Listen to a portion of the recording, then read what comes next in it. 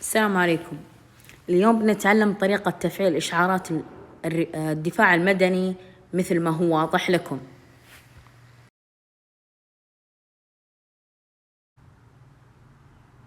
طريقة تفعيلها مثل ما هو آتي: نطلع الإعدادات، الإشعارات، ننزل إلى آخر شيء ونفعل هذا الخيار وهو الرسائل التحذيرية.